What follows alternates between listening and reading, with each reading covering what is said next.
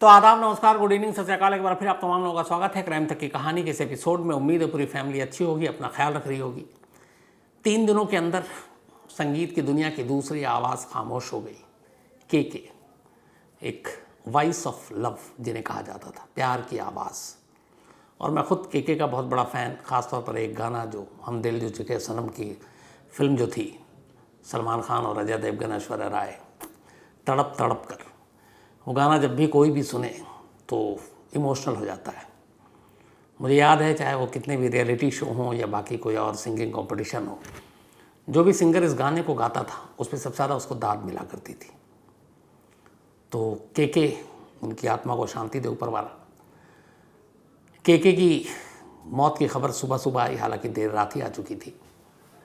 तो बहुत सारे लोगों ने मेल लिखा है। मैं के की पूरी कहानी आपको भी आज सुनाऊंगा आखिर में, और बताऊंगा उनके बारे में जो भी जानकारियां हैं मेरे पास, और क्या कुछ हुआ कोलकाता में उस कंसर्ट में, जिसमें करीब 20 गाना उन्होंने गाए और 20 गाने के बाद अचानक उनकी तबीयत बिगड़ी। और अभी हालांकि पोस्टमार्टम रिपोर्ट आई है और उसमें ये कहा जा रहा है कि इसमें कोई फॉल प्ले नहीं है, ये अननेचुरल डेथ नहीं है। तो अभी तक दिल के दौरे की बात आ रही है। हालांकि कोलकाता पुलिस ने एक असामान्य मौत यानी अननेचुरल डेथ का मामला दर्ज किया है। ऐसे मामलों में कई बार कर लेती है पुलिस। तो पूरी डिटेल में आपको बताऊंगा। उससे पहले आज आपके ये बताऊं कि जो सिद्धू मूसेवाला के कत्ल की कहानी है और जिस तरीके से वो सारी चीज़ें हुई, उनमें बहुत सारी चीज़ें अब क्लियर हो गई। मानसा के एसएसपी और बाकी लोगों के ज़रिए ये सब कुछ कैसे हुआ, कब से साजिश रची गई, क्यों साजिश रची गई। इस कत्ल को पहले अप्रैल में अंजाम देना था, फिर मई में, लेकिन अप्रैल से पहले भी कोशिश हुई थी। पंजाब में चुनाव था। तो सारी चीज़ें, और ये एक इत्तेफाक से अचानक कत्ल हुआ जिस दिन ये हुआ, यानी कि 29 मई को। उस दिन होना नहीं था, लेकिन कुछ ऐसी चीज़ें हुई कि अचानक जो शूटर थे वो भी हैरान हो गए। तो ये सारी कहानी आपके सामने है। सिद्धू मूसेवाला के कत्ल की जो स्क्रिप्ट है, असल में वो अगस्त 2021 में ही लिखी गई थी। अगस्त के महीने 2021 में पंजाब के मोहाली में एक लॉरेंस बिश्नोई का करीबी और अकाली नेता, इनका नाम विक्की मिद्दू खेड़ा, विक्की मिद्दू खेड़ा की मोहाली में सरेआम गोली मारकर हत्या कर दी गई। पुलिस इसके बाद जांच करती रही।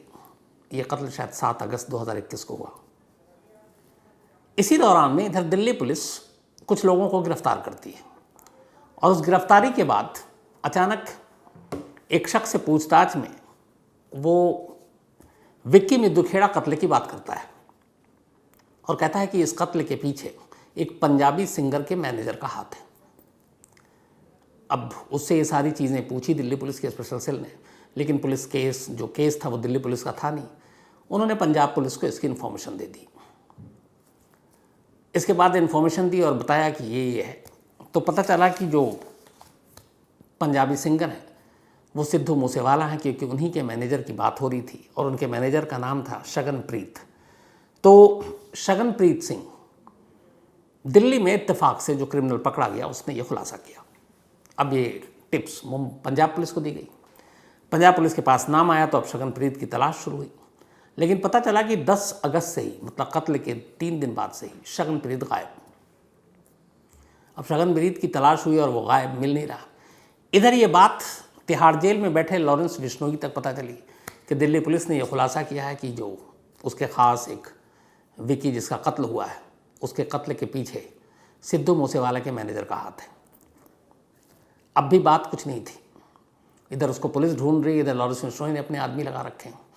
लेकिन फिर खबर आती उसी अगस्त के महीने में कि शगनप्रीत इंडिया में है नहीं, वो तो ऑस्ट्रेलिया भाग गया। अब जब ये खबर लॉरेंस बिश्नोई तक पहुंचती है तो लॉरेंस बिश्नोई को लगता है कि शगनप्रीत अपने दमबूते पर अकेले ऑस्ट्रेलिया नहीं भाग सकता, इसकी कुछ लोगों ने मदद की होगी। और उसे लगता है कि ये उसका अपना मानना था कि सिद्धू मूसेवाला की वो हैसियत है जो उसे ऑस्ट्रेलिया भेजने में मदद कर सकता है।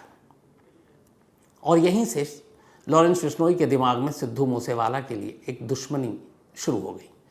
उसे लगा कि जो जिस शख्स का हाथ है उसके अपने करीबी के कत्ल में, उससे सिद्धू मूसेवाला बचा रहा, और उसके बाद उसने उसको बचाकर ऑस्ट्रेलिया भेज दिया।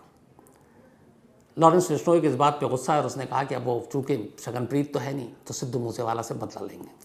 इसके बाद उसे धमकियाँ भी दी जाने लगी। अब लेकिन इधर इशू ये था कि खुद लॉरेंस बिश्नोई जेल में काम कैसे करे।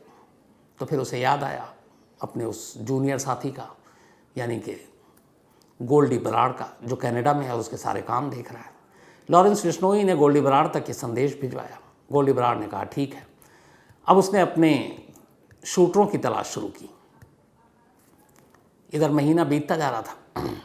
साल के आखिर में आते आते चुनावी सरगर्मियां शुरू हो गई और फिर पता चला कि सिद्धू मूसेवाला को कांग्रेस ने टिकट दे दिया और वो मानसा विधानसभा क्षेत्र से चुनाव लड़ रहे हैं। तो अब चुनाव के वक्त, और एक तरह से जब धमकी मिली थी तो सुरक्षा बढ़ गई थी। उस वक्त 8 गनर थे, सरकारी गनर सिद्धू मूसेवाला के पास। तो ऐसे में भी निशाना बनाना बड़ा जोखिम भरा काम था। और फिर चुनाव, ऊपर से टिकट, और पंजाब में कांग्रेस की ही सरकार और पंजाब में कांग्रेस के टिकट के उम्मीदवार।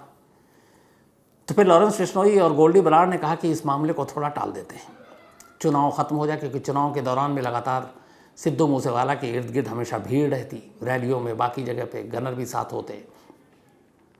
तो ऐसे वक्त में हमला करना रिस्की था। तो उन्होंने कहा कि चुनाव ख़त्म होने का इंतज़ार करते हैं।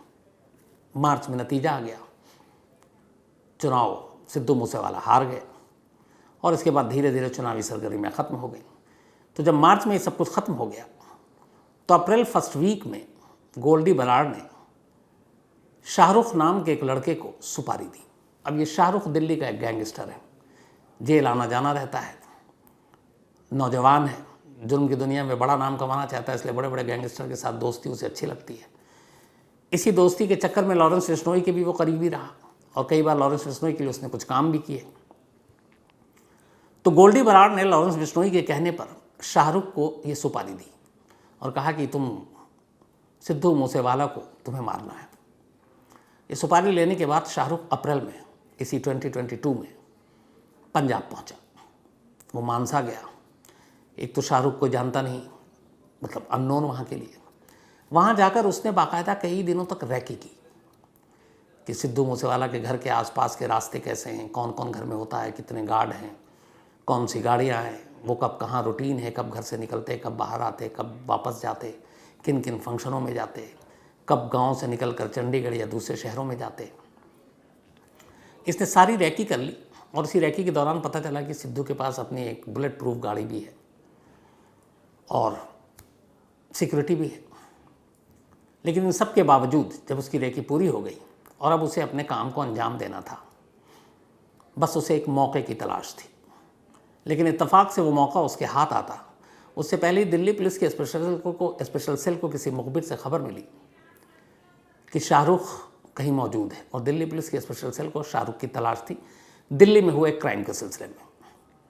मुखबिर के बताए हुए पते पर पुलिस पहुंचती है और शाहरुख को पकड़ लेती है। अब शाहरुख दिल्ली पुलिस की हिरासत में। काम उसे दिया गया था सिद्धू मूसेवाला का कत्ल करना, रैकी कर चुका लेकिन काम किया नहीं। अब दिल्ली पुलिस की स्पेशल सेल उससे पूछती है कहाँ थे, क्या क्या थे। तो पता चला कि वो पंजाब में भी गया और मानसा। तो अब स्पेशल सेल को लगा कि ये मानसा में क्या कर रहा था। तब कहते हैं कि उस वक्त अप्रैल में ही शाहरुख ने दिल्ली पुलिस को ये बताया कि वो मानसा गया था रैकी करने के लिए पंजाबी सिंगर सिद्धू मूसेवाला के कत्ल के लिए, और इसकी सुपारी जो है गोल्डी बराड़ ने दी है, लॉरेंस बिश्नोई भी इसमें शामिल है। अब दिल्ली पुलिस को जब सब कुछ ये पता चला और ये भी मालूम था पहले से ही थ्रेट था सिद्धू मूसेवाला को, तो कहते हैं दिल्ली पुलिस ने पंजाब पुलिस को ये इनपुट दिया कि ऐसे ऐसे है और एक रैकी भी हुई है, जान को खतरा है। तो पहला अटेम्प्ट अप्रैल में शाहरुख की गिरफ्तारी की वजह से अधूरा रह गया। अब जब उसकी गिरफ्तारी की खबर लॉरेंस बिश्नोई और गोल्डी बराड़ तक पहुंची तो वो भी परेशान हो गए। उन्हें लगा कि इतनी सारी मेहनत की, सारी रैकी हो गई, अब क्या करें। शाहरुख पकड़ा गया। अब दो चीज़ें थी, एक उन्हें यह भी था कि शाहरुख शायद सब उगल दे और अगर वो बता देगा कि सिद्धू मूसेवाला की रैकी हो रही है, उसके कत्ल की प्लानिंग कर रहे हैं, तो पंजाब पुलिस सिद्धू मूसेवाला की सुरक्षा और कड़ी कर देगी। ऐसे में उस तक पहुँचना और मुश्किल होगा। तो उन्होंने तय किया कि जितनी जल्दी हो सके इस काम को अंजाम देना है। लेकिन अब मुसीबत ये थी कि इसके लिए नए शूटरों की टीम कहाँ से तलाश करें। अब लॉरेंस बिश्नोई की टीम में कहते हैं कि बहुत सारे शूटर हैं और उसकी एक वजह है कि वो अलग अलग स्टेट में अलग अलग शूटर रखता है, उत्तराखंड में, हरियाणा में, यूपी में, राजस्थान में, दिल्ली में, पंजाब में। पर उसे चाहिए थे ऐसे शूटर जिसका पंजाब से कोई कनेक्शन ना हो, ताकि काम हो और फिर पकड़ने में मुश्किल हो। गोल्डी बराड़ अपनी इस तलाश में लगा रहा और आखिरकार कहते हैं 6 से 7 शूटर की इसने निशानदेही की और उन्हें ये काम सौंपने की जिम्मेदारी उठाई। अलग अलग जेल में बंद जो गैंग सरगना थे उनके ज़रिए उन शूटरों तक पहुंचा, कनाडा में बैठकर ही सारा कंट्रोल किया और फिर 6 से 7 शूटर की एक टीम बनाई और उन्हें कहा कि तुम्हें इस काम को अंजाम देना है। शूटरों का काम सिर्फ गोली मारना था। इसके अलावा एक दूसरी टीम बनाई गई। उन दूसरी टीम का काम था कि पंजाब में और उस मानसा में इन शूटरों की टीम को गाड़ी मुहैया कराना जिस पे ये हमला करेंगे, जिसमें ये भागेंगे। और एक तीसरी टीम थी जिसको ये काम सौंपा गया कि तुम इन शूटरों को पंजाब में हथियार मुहैया कराओगे, क्योंकि हथियार लेकर चलना, ट्रैवल करना रिस्की था। कहीं तलाशी में, चेकिंग पे, कहीं नाके पे पकड़े न जाए, तो वहीं मौके पे ही उनको हथियार सप्लाई किया जाना था। तो 3 अलग अलग टीमों को ये काम बांटे गए। अब इसके बाद शूटरों की टीम, जो अभी तक की खबर है, वो कहते हैं शायद 27 या 28 मई को मानसा पहुंच गई, यानी कि सिद्धू मूसेवाला के घर। और घर से कुछ दूरी पर उन लोगों ने अपना डेरा जमाया और रेकी शुरू कर दी, इस तरीके से किसी को शक ना हो। 2 गाड़ियां थी उनके पास, एक कोरोला और एक बोलेरो। कोरोला से वो रेकी करते थे। उन्होंने 28 मई को भी रेकी की, कुछ 27 मई को भी की। उस रेकी के दौरान कुछ जगहों पे सीसीटीवी कैमरे लगे हैं। वो गाड़ी जो कोरोला है वो उसमें कैद भी हो गई और बाकायदा उनको यूं ही बेवजह घूमते हुए दिख भी रही है वो गाड़ी। तो 2 दिन की रेकी हो गई। 6 से 7 शूटर मानसा में मौके की तलाश में। लेकिन इस दौरान उन्होंने जो जानकारी हासिल की वो ये था कि वो बुलेट प्रूफ गाड़ी में ही निकलते हैं ज़्यादातर। अब बुलेट प्रूफ गाड़ी को घेर भी ले तो निशाना बनाना मुश्किल होगा, क्योंकि गोली का कोई असर नहीं होगा और फिर वो गाड़ी भाग सकती है। तो उन सारी चीज़ों की प्लानिंग हो रही थी और अभी इनको रेकी करनी थी। जो सारी चीज़ें सामने आ रही उसके हिसाब से शायद 29 मई भी तारीख फिक्स नहीं थी मौत की, वो भी शायद उस दिन भी रेकी ही होनी थी। लेकिन अजीब अजीब इत्तफाक हुए 29 मई को, बल्कि 28 की शाम से ही शुरू हो गए। सबसे पहले शाम को 28 तारीख को पंजाब पुलिस की तरफ से एक ऑर्डर पास हुआ कि पंजाब के जो बहुत सारे वीवीआईपी हैं, सरकार का बर्डन कम करने, खर्चा कम करने के लिए उनकी सुरक्षा हटा दी जाएगी या कम कर दी जाएगी। ऐसे बहुत से लोगों की सुरक्षा कम कर दी गई, हटा दी गई। उनमें से एक नाम सिद्धू मूसेवाला का। सिद्धू मूसेवाला के पास तब 8 सरकारी गनर हुआ करते थे। 8 में से 2 हटा दिए गए, अब बचे 2, बल्कि 6। अब संडे का दिन 29 मई, गांव में उधर मानसा में वो शूटर इंतज़ार में हैं, रेकी कर रहे हैं। संडे की शाम को सिद्धू मूसेवाला को अपने एक रिश्तेदार को देखने अपने घर से करीब 12 किलोमीटर दूरी पर एक गांव में जाना था। साथ में उनके एक कज़न और एक पड़ोसी को भी जाना था। तो ये तीनों लोगों को निकलना था। अब संडे की सुबह ही 2 जो सरकारी गनर हैं वो तो वापस ले लिए गए, क्योंकि सुरक्षा कम हो गई थी। बचे 6 नहीं, बल्कि 6 थे, उनमें से 2 हटा दिए गए, तो अब बचे 4। 2 को कुछ अलग अलग फंक्शन थे सरकारी और कुछ मंदिर और गुरुद्वारे में, तो वहाँ पे उनकी ड्यूटी लगा दी गई उस दिन के लिए कि आप जाइए और उस दिन आप 2 लोग वहाँ ड्यूटी लगाइए। तो 6 में से 4 हट गए, मैं 8 मैंने गलत बोला था। उसके बाद अब बचे 2 सरकारी गनर सिद्धू मूसेवाला के घर पर मौजूद। शाम 4:30 बजे कज़न और पड़ोसी इनके साथ सिद्धू मूसेवाला तैयार होकर बाहर आए और बैठना है बुलेट प्रूफ गाड़ी में। लेकिन बुलेट प्रूफ गाड़ी में बैठते उससे पहले ही जो उनके साथ उनके कज़न थे, उन्होंने अचानक कहा, उनका बयान आया, वो भी गोली में घायल हुए, कि गाड़ी के पास पहुंचकर कहा कि नहीं यार, आज हम बुलेट प्रूफ से नहीं चलते हैं, आज हम थार से चलते हैं, जो कुछ दिन पहले खरीदी थी। पास में ही जाना है, जल्दी लौट आएंगे, कोई इशू है नहीं। दोनों गनर साथ में खड़े हुए हैं। सिद्धू ड्राइविंग सीट पर बैठ गए थार में, उनका कज़न आगे और पड़ोसी पीछे।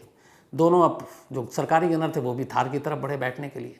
सिद्धू ने अचानक उनसे कहा कि आप यहीं रुक जाइए, आप मत आइए साथ, हम बस यूं गए और आए, थोड़ी दूर की बात है।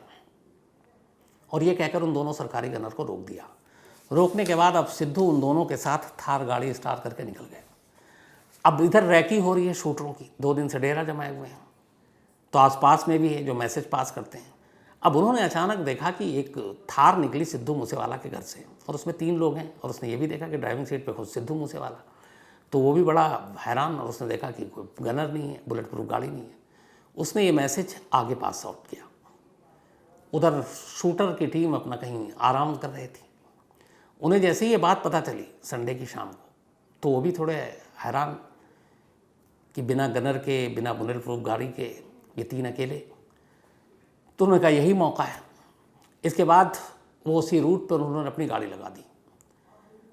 करीब 8 किलोमीटर दूर सिद्धू मूसेवाला के घर से एक गांव पड़ता है जवाहर के, वहाँ पे जैसी ही ये गाड़ी पहुँची, शूटर पहले से इंतज़ार कर रहे थे क्योंकि उसे मैसेज सिद्धू मूसेवाला के घर से निकलते ही किसी एक ने दे दिया था। उसके बाद बोलेरो जो है वो उस थार के आगे आ जाती है, करोला साइड से आती है, गाड़ी रुकती है। सिद्धू को तब तक कुछ समझ में आता है, लेकिन इससे पहले कि कुछ समझ में आए वो बोलेरो की तरफ देख रहे हैं। दूसरी गाड़ी जो करोला है उससे अंधाधुंध गोलियां चलनी शुरू हो जाती हैं। जो उनके साथ कज़न है चश्मदीद, उनका बयान है कि जब गोलियां चली तो डैशबोर्ड में सिद्धू की सरकारी पिस्टल पड़ी हुई थी। सिद्धू ने वो सरकारी पिस्टल उठाई और बाकायदा 2 फायर भी किए, 2 गोलियां चलाई। लेकिन इधर सामने से दोनों तरफ से राइफलों से गोलियां उगल रही थी।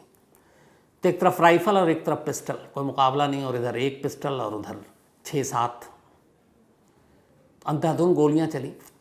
2 फायर के बाद ही, उससे पहले ही गोली लग चुकी थी। सिद्धू कुछ ही देर में अपनी ड्राइविंग सीट पर ही लुढ़क गए और वो सब गोलियां भी इस तरीके से चला रहे थे कि निशाने पर सिर्फ सिद्धू।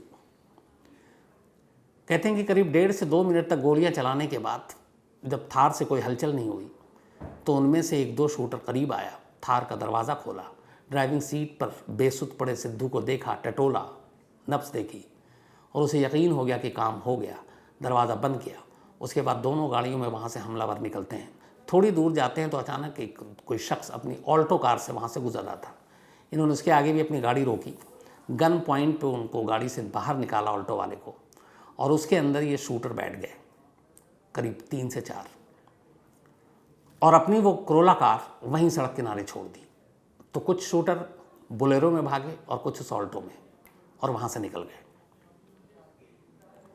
जो बाकी दोनों थे वो जख्मी थे, गोली लगी थी, लेकिन उनके जान को कोई खतरा नहीं और ठीक ठाक हैं। उन्हीं में से एक ने यह बयान भी दिया है। तो कुल मिलाकर इस तरीके से इस पूरे कत्ल को अंजाम दिया गया।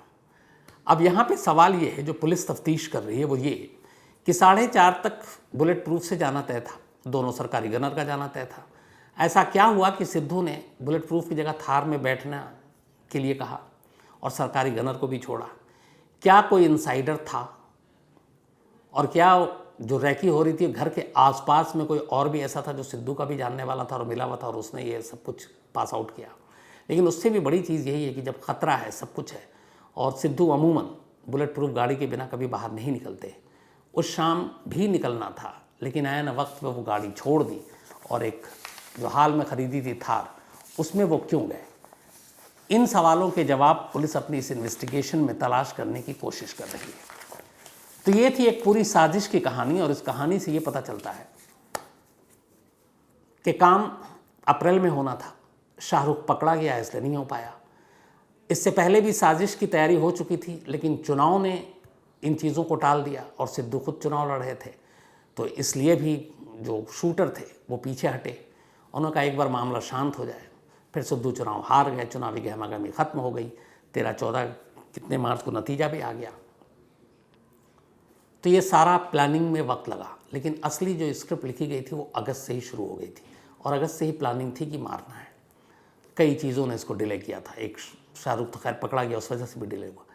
अब पुलिस का ये है कि उन्होंने इन 6 से 7 शूटरों में से 3 की आइडेंटिफिकेशन कर ली है, 3 की शिनाख्त कर ली है, लेकिन अभी उससे ज़्यादा और कुछ बताने के लिए वो तैयार नहीं। उनका कहना है इससे हमारे इन्वेस्टिगेशन पे असर पड़ेगा। लेकिन उनका मानना है कि ये शूटर जो है ऐसे चुने गए हैं ताकि पुलिस को उन्हें पकड़ने में आसानी ना हो। अलग अलग स्टेट, अलग अलग राज्य। 3 लोगों को पुलिस ने और अभी हिरासत में लिया, पंजाब पुलिस ने। इत्तेफाक से ये तीनों को जेल से लेकर जा रहे हैं, क्योंकि पुलिस को लगता है कि सारी साजिश में इन तीनों का भी रोल है, चाहे वो शूटर को तैयार करने में या गाड़ी मुहैया कराने में या पिस्टल या हथियार देने में। तो इन लोगों को गिरफ्तार किया गया। तिहाड़ जेल में लॉरेंस बिश्नोई, एक जो जयपुरिया, वो और 1-2 लोग और, उनसे भी पूछताछ की गई है। और अब पंजाब पुलिस की कोशिश है कि लॉरेंस बिश्नोई को तिहाड़ से लेकर पंजाब जाए और वहाँ जाकर पूछताछ करे। इसके अलावा गोल्डी बराड़ को कनाडा से लाने के लिए भी पंजाब पुलिस ने अपनी मुहिम शुरू कर दी है, भारत सरकार और फॉरेन मिनिस्ट्री के ज़रिए। जो रेड कॉर्नर नोटिस और बाकी सारी जो कवायद है वो भी पूरी हो रही है। तो कोशिश यही है कि गोल्डी बराड़ को भी लाया जाए, क्योंकि वह वैसे भी बहुत सारे मामलों में वो वांटेड है, नॉन अवेलेबल वारंट भी उसके नाम पे निकला हुआ है। तो ये तो थी कत्ल की पूरी साजिश की कहानी। अब बात 3 दिन के अंदर एक दूसरी आवाज़ जो खामोश हो गई, के कृष्ण कुमार कुन्नत, एक 53 साल की सिर्फ उम्र, 1968 की पैदाइश है, दिल्ली में जन्म हुआ। एक केरलाइट फैमिली के से बिलोंग करते हैं कृष्ण कुमार, और दिल्ली में ही पढ़ाई लिखाई की, दिल्ली में ही रहे। जिंगल्स इन्होंने बहुत सारे गाए, बचपन से गाने का शौक़ था। और स्कूल के ज़माने से ही एक लड़की जिससे ये प्यार करते थे, और कहते हैं कि उससे शादी करने के लिए लड़की के घर वालों ने ये शर्त रखी थी कि पहले तुम कमाओ। तो दिल्ली में कुछ वक्त तक इन्होंने एक सेल्समैन का भी काम किया, हालांकि 3 ही महीने किया, लेकिन ये सिर्फ ये घर वालों को लड़की के इम्प्रेस करने के लिए। फिर इन दोनों की शादी भी हुई, 2 बच्चे हैं। मल्टी टैलेंटेड कृष्ण कुमार कुन्नत, हालांकि फिल्म इंडस्ट्री में के नाम से मशहूर।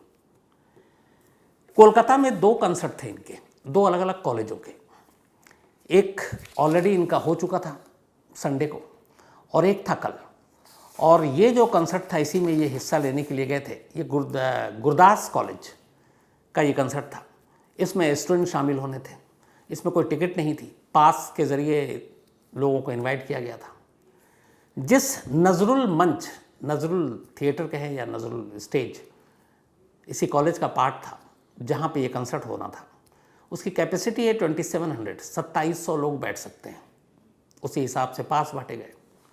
लेकिन नामालूम कहाँ से कल रात इस 2700 की सीट वाली इस नजरुल मंच पर, उस ऑडिटोरियम में जो इंडोर था, करीब 7000 लोग थे, 7000, तो 3 गुना करीब। अब एक आउटडोर और एक इंडोर होता है। आउटडोर में आप परफॉर्म करते हैं इस तरह से, आर्टिस्ट लोग तमाम, खुला है, खुली हवा है।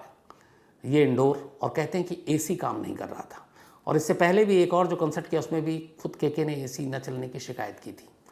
एक तो एसी न चलना, इंडोर, ऊपर से कलकत्ता की उमस भरी गर्मी, और कैपेसिटी से ज़्यादा भीड़। फिर आप जब आर्टिस्ट परफॉर्म करता है तो वो अपने पूरे जी जान से करता है। और एक सिंगर जब गाता है तो ये नहीं कि आपको एक गाने के बाद आप आधा घंटा रेस्ट करते हैं, आपको लगातार आपके चाहने वालों की फरमाइश पे गाने सुनाने पड़ते हैं। एक तस्वीर आई है उनके गानों की लिस्ट की भी कल, जो उन्होंने परफॉर्म किया, तो उसमें 20 गाने उन्होंने खुद लिखे थे अपने हाथ से, जो गाने थे, और उन्होंने सारे गाने गाए। लेकिन बीच बीच में उन्होंने गर्मी की शिकायत की, तभी से उनकी थोड़ी सी तबीयत भी बिगड़नी शुरू हुई।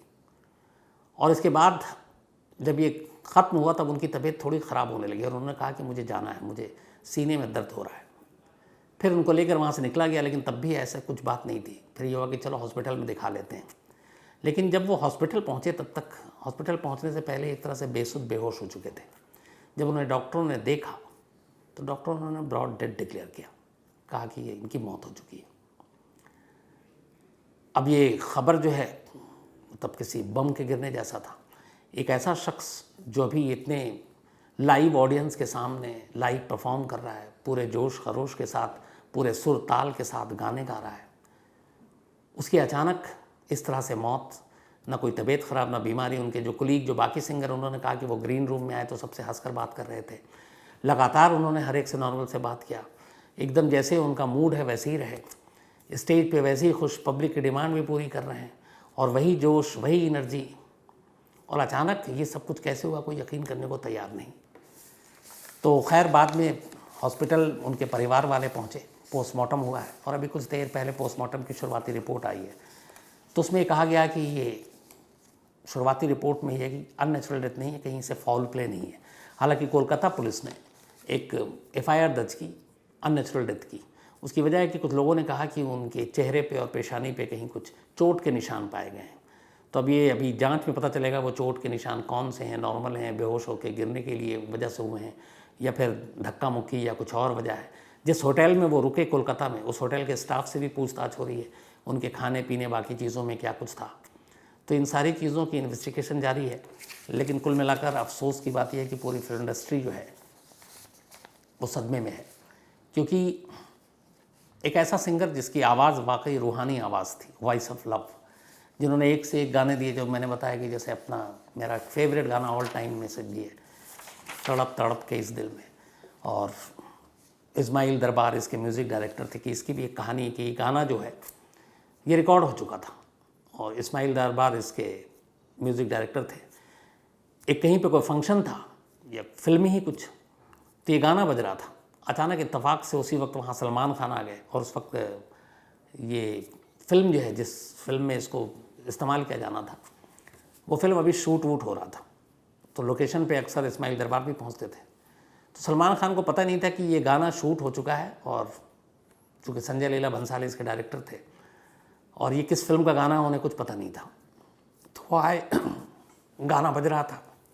जब गाना बज रहा था तो अचानक सलमान खान ने उसको सुना और उसका थोड़ी देर के बाद इस्माइल दरबार की तरफ देख के पूछा कि ये कौन है, किसने गाया है। तो इस्माइल दरबार ने ये कहा अपने इंटरव्यू में कि जब सलमान खान ने कहा तो मैं घबरा गया, डर गया कि यार ये क्या है, ये कह देंगे कि ये तो बड़ा बुरा है, ये अच्छा नहीं गाया है, और उन्हें ये भी पता नहीं कि इन्हीं की फिल्म में इस्तेमाल होना है। तो बोले मेरी हवा ख़राब हो गई थोड़ी देर के लिए। तो उन्होंने पूछा क्या हुआ, बोले नहीं ये बहुत अच्छा गाना गाया है, इसकी बहुत अच्छी आवाज़ है, और तुम देखना ये जो भी गाना सुनेगा ये वो रो पड़ेगा, उसको ये रुला देगा। तो उन्होंने कहा तब मुझे एहसास हुआ। और इसके बाद ये गाना जो है हम दिल दे चुके सनम जो फिल्म है, वाकई उस फिल्म का सुपरहिट गाना, और आज भी ये गाना वैसे हिट है।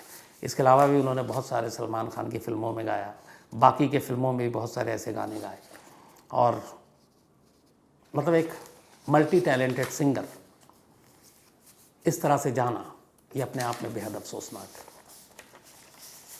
पर क्या कीजिएगा, ज़िंदगी और मौत ये दोनों ऐसी चीज़ें हैं जिसका फ़लसफ़ा कोई नहीं जान पाया। कब मौत किसको आ जाए कुछ कहा नहीं जा सकता। ऊपर वाला उनकी आत्मा को शांति दे, उनके घर वालों को सब्र अता फरमाए, यही दुआ कर सकते हैं पूरी क्राइम तक फैमिली की तरफ से। आज श्रवण मंजू बिश्नोई इनका जन्मदिन है, तो हैप्पी बर्थडे आपको श्रवण जी। इसके अलावा हर्ष वाजपेयी का भी आज जन्मदिन है, हैप्पी बर्थडे हर्ष। अनिकेत कुमार इनका भी जन्मदिन है, तो हैप्पी बर्थडे अनिकेत। और कैरोल में रिगो इनका भी आज जन्मदिन है, तो हैप्पी बर्थडे कैरोल। और रोनाल्ड रिगो ने भेजा है, इनके फादर हैं। जतिन प्रजापत के मम्मी और पापा, इन दोनों का बर्थडे है, इन्होंने नाम नहीं लिखा, तो जतिन जी आपके mom and dad, mummy papa, माँ बाप दोनों को बहुत बहुत बधाई। और जतिन के अलावा श्रद्धा और जैनिशा ने भेजा है। इसके अलावा राधिका जी की आज एनिवर्सरी है, तो हैप्पी बर्थडे राधिका जी। कुणाल पांडे ने भेजा है, लेकिन आपके पति का इन्होंने नाम नहीं लिखा। मुश्ताक अहमद इनकी भी एनिवर्सरी है, इन्होंने भी अपनी वाइफ का नाम नहीं लिखा, असम से हैं ये, तो आप दोनों को ही मुबारक। इसके अलावा हर्ष कुमार, संदीप सरकार गुवाहाटी से, चंदन शर्मा, रमेश चंदन, रजत भारद्वाज, मोनू, कमल, मोहम्मद यूनुस, ये तमाम लोगों ने के की कहानी की बात कही थी, तो मैंने वो आपको जितनी जानकारी थी पूरी बताई। इसके अलावा किरण कौर हैं, इन्होंने ये लिखा है कि सिद्धू मूसेवाला का पूरा नाम जो असल में वो शुभदीप सिंह सिद्धू है, शुभदीप सिंह, लेकिन जब वो म्यूज़िक इंडस्ट्री में है तो फिर वो सिद्धू मूसेवाला गांव का उन्होंने अपना नाम अपना लिया। कृष्ण बोहिदार हैं, और थैंक यू सो मच आपके मेल के लिए और आपने जो कहा है उसके लिए भी। अनूप बर्मन जी एक स्टोरी की फरमाइश की है, मोहम्मद यावर ने भी एक स्टोरी की फरमाइश की, शैलेश पटेल हैं, अजहर सैयद हैं, टीएस कार्तिक हैं, रवि वाजा हैं राजकोट से, संदीप सिंह हैं, सीए संदीप बिश्नोई हैं, हरमन कुल्लर हैं, राहुल यादव हैं, इनको बेटी हुई है, तो बहुत बहुत मुबारक, ऊपर वाला लंबी उम्र दे, अच्छा रखे हमेशा। खेम बिस्ट हैं नेपाल से, वीर केपी हैं, और बबलू सिंह हैं पटना से। Thank you so much Bablu भाई आपके खूबसूरत मेल के लिए, हमेशा मुझे आपका ये मेल याद रहेगा, लव यू हमेशा। तो आज इतना ही, अब आपसे मुलाकात होगी कल रात 9 बजे किसी नई कहानी के साथ, तब तक अपना ख्याल रखिएगा। Thank you very much.